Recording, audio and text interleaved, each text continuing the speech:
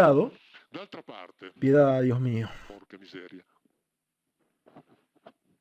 Supongamos que mañana por la mañana se acaba nuestra civilización. Digo mañana por la mañana si coincide con el final de la conferencia. Mañana por la mañana termina nuestra civilización por un desastre, lo que sea. Supongamos que pasan 3000 años y llega un fulano que se pone a excavar acá. Encuentra miles de estatuas de yeso, de piedra, de metal, de plástico, de goma, de madera, de lo que se les ocurra, de uno clavado en una cruz. Miles. Hace toda la investigación correspondiente y llega a la conclusión de que de la existencia de ese sujeto no hay ninguna prueba histórica. Porque así es, no hay ninguna prueba histórica, como lo dijimos al principio.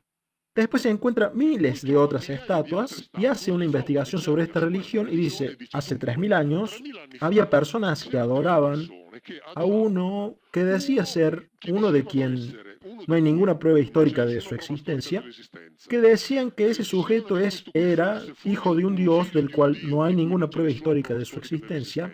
Después se crearon toda una serie de divinidades intermedias, piensen en los santos, el Padre Pío y todo lo que se les ocurra, toda una serie que servían de intermediarios entre ellos y este dios de acá, del cual no tenemos ninguna prueba de su existencia. Conclusión, hace 3000 años la tierra estaba poblada por idólatras. ¿O no? Es decir, si nosotros aplicamos a nuestra cultura actual el criterio interpretativo que se aplica para demostrar que esos de ahí eran unos pobres paganos, que estos de acá, eran unos pobres idólatras paganos, todos los cristianos tendrían que acostumbrarse a la idea de que dentro de 3000 años serán considerados idólatras. Porque así es. Sí, en un momento. Después se llegó a un cierto punto, por un cierto número de siglos, no se habló más de eso. Después, a partir de un cierto punto, a ese crucificado comenzaron a decir que también su madre era divina, así que ella hacía milagros. Esta gente después empezó a hacer estatuas y rezaban enfrente de estas estatuas. ¿Alguna vez escucharon decir, yo soy devoto de la Virgen de Lourdes, pero yo en cambio soy devoto de la Virgen de Medjugorje? ¿Alguna vez escucharon eso? Yo en vez de eso, pero ¿eso no es idolatría?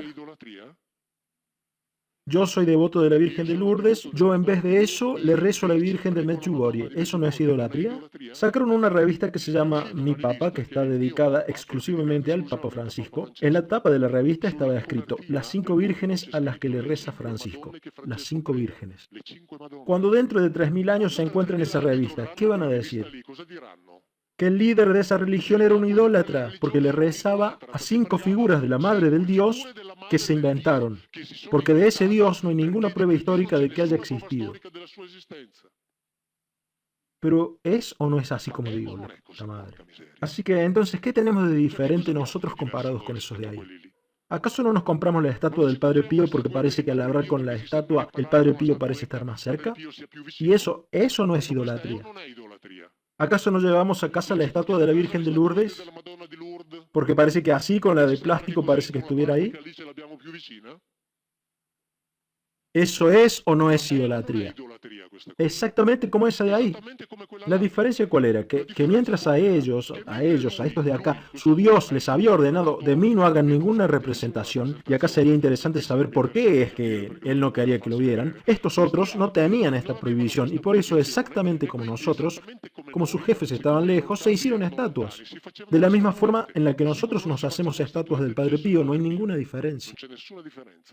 ¿Con qué derecho decimos que aquellos eran unos pobres estúpidos idólatras, mientras que nosotros, en vez de nosotros nada, nosotros hacemos lo mismo? Hacemos lo mismo. Ponemos al Padre Pío sobre la mesita de luz. Ponemos a la Virgen de Lourdes, mientras que otros ponen a la Virgen de Medjugorje. El Papa le reza a 5, lo dice en su revista. Sí, dígame.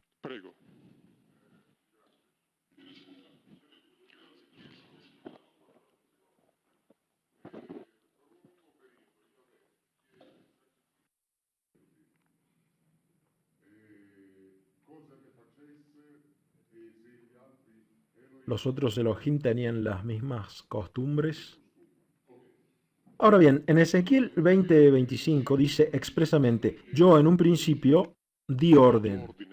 de pasar, como estos de acá no se querían someter a mis órdenes, di orden de echar al fuego a todos sus primogénitos para que entiendan que yo soy el que manda. Así que los hacía quemar. En Ezequiel 20:21. En la Biblia está escrito varias veces, lo pueden leer en el libro de Números, capítulo 28, que ellos se hacían quemar la grasa de los animales y de las crías humanas, porque el humo producido por esa grasa los calmaba. Eso lo encuentran incluso en la Biblia que tienen en su casa, porque ese humo me calma. Y había un tipo de grasa particular que estaba reservado para él y que él describe expresamente. Voy a leer la traducción de la Conferencia Episcopal Italiana en Levítico 3, versículo 3.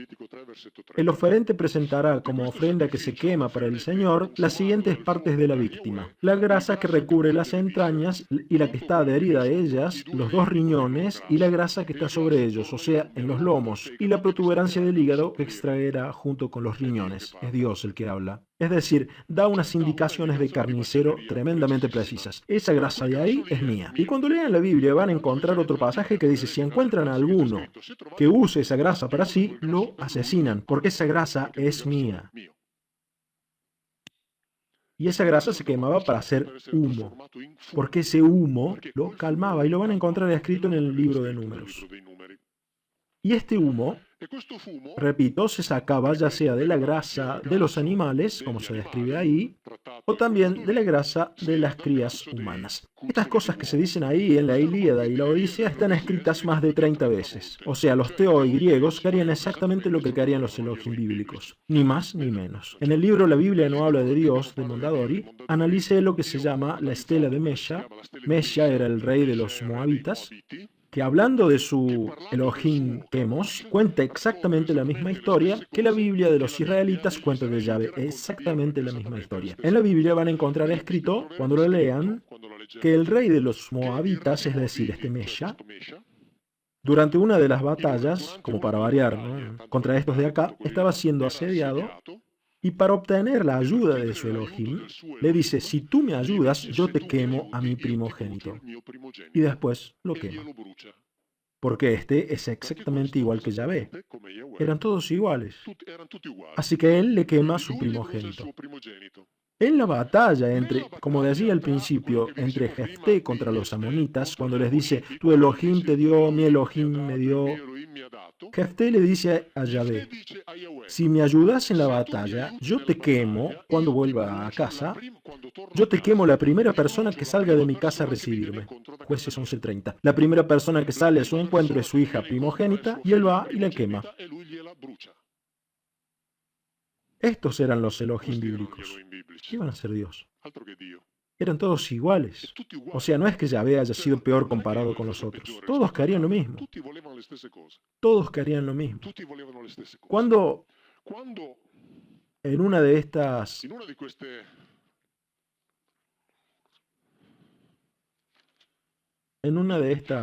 batallas contra los madianitas, descendientes directos de Abraham, que acá es definida como la guerra santa contra los madianitas, que era la guerra de exterminio de los madianitas, guerra santa.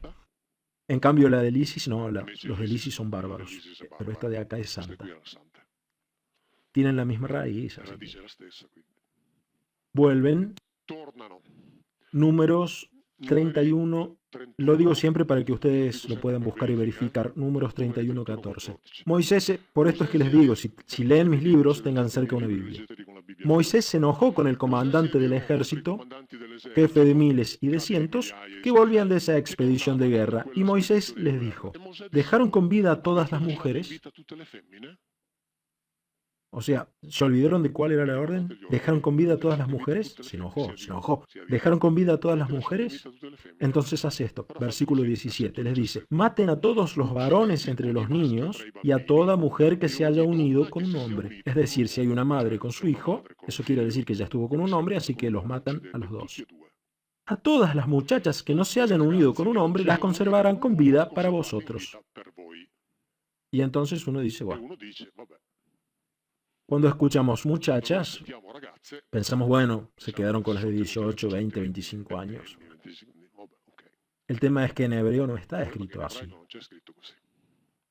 Compren, Comprate no, mejor pidan prestado porque es Fatevi muy prestare, cara. sì, qualcuno. La Biblia, publicada La por la Bibbia Giuntina, pubblicata dalla que Giuntina, trae la traducción traduzione interlineal con el interlineare hebreo, con l'ebraico, traducida por el traduzione rabino del Dario rabbino Disegni, Dario Di Segni, y la Biblia e la Bibbia Pentateuco Pentateuco e Astarot, Haftarot, y van a encontrar la e traducción trovate la correcta, traduzione giusta, tal como está escrito en hebreo. esattamente come è scritto in ebraico. Guárdense para ustedes Tenete per todas las voi tutte le chicas que no se hayan bambine unido che con non un si sono hombre, unite con un uomo, no las muchachas. non le ragazze.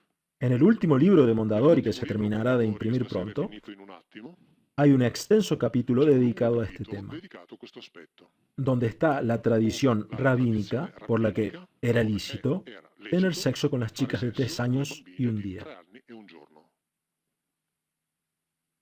Y acá está escrito E qui c'è todas las scritto tutte le chicas. bambine. En cambio, acá en la Biblia de Qui la familia invece nella dice Bibbia delle todas las famiglie tutte le muchachas, porque ragazze bueno, perché es más pasable. è accettabile. Si agarran la Biblia Se prendete le interlineal Bibbie hebrea, tradotte dagli ebrei, van a ver que está escrito c'è las scritto le chicas. bambine. Y uno dice, bueno, E uno dice, vabbè, ¿cómo? Perdón. com'è? ¿Coherente con qué? Coerente che se... No, no. No, No, no, no. Acá ah dice no, muchachas, qui ¿eh? parla di Sí, sí, es ragazze, coherente. Sì, Ah, sì, sí, sì. sí, es Ah sì, coherente. Entiendo, coerente, en el sentido ho de que capito. todavía lo Nel hacen. senso che Sí. praticano ancora, sì. Después, igualmente, Poi al però, final, alla fine, así que acá tenemos a quindi Moisés qui que c'è dice Mosè esto che y acá dice está questo, la e qui c'è repartija del la botín de spartizione guerra. del bottino di guerra. A Dios, A Dio, ¿qué cosa le corresponde che cosa después de esta spetta campaña dopo questa militar? campagna militare? 675 ovejas, 675 pecore, 72 bueyes, 72 buoi, 61 burros 61 y asini 32 e personas 32 vivas. persone Y viventi. como las únicas personas Siccome le vivas uniche son las persone viventi chicas, sono le ¿qué iba bambine, a hacer Dios con cosa se ne fa 32 Dio di chicas? 32 bambine? ¿Tenía una guardería, un Aveva un asilo para nursery, un huérfanos? asilo infantile? ¿O las usaba para tener O ci sexo faceva o para sesso o se le quemarlas? faceva bruciare? Eso es lo que dice acá, Ma ¿eh? è qui, eh? Dejen con vida a las Tenete in vita chicas, le yo bambine, me quedo con 32. 32 le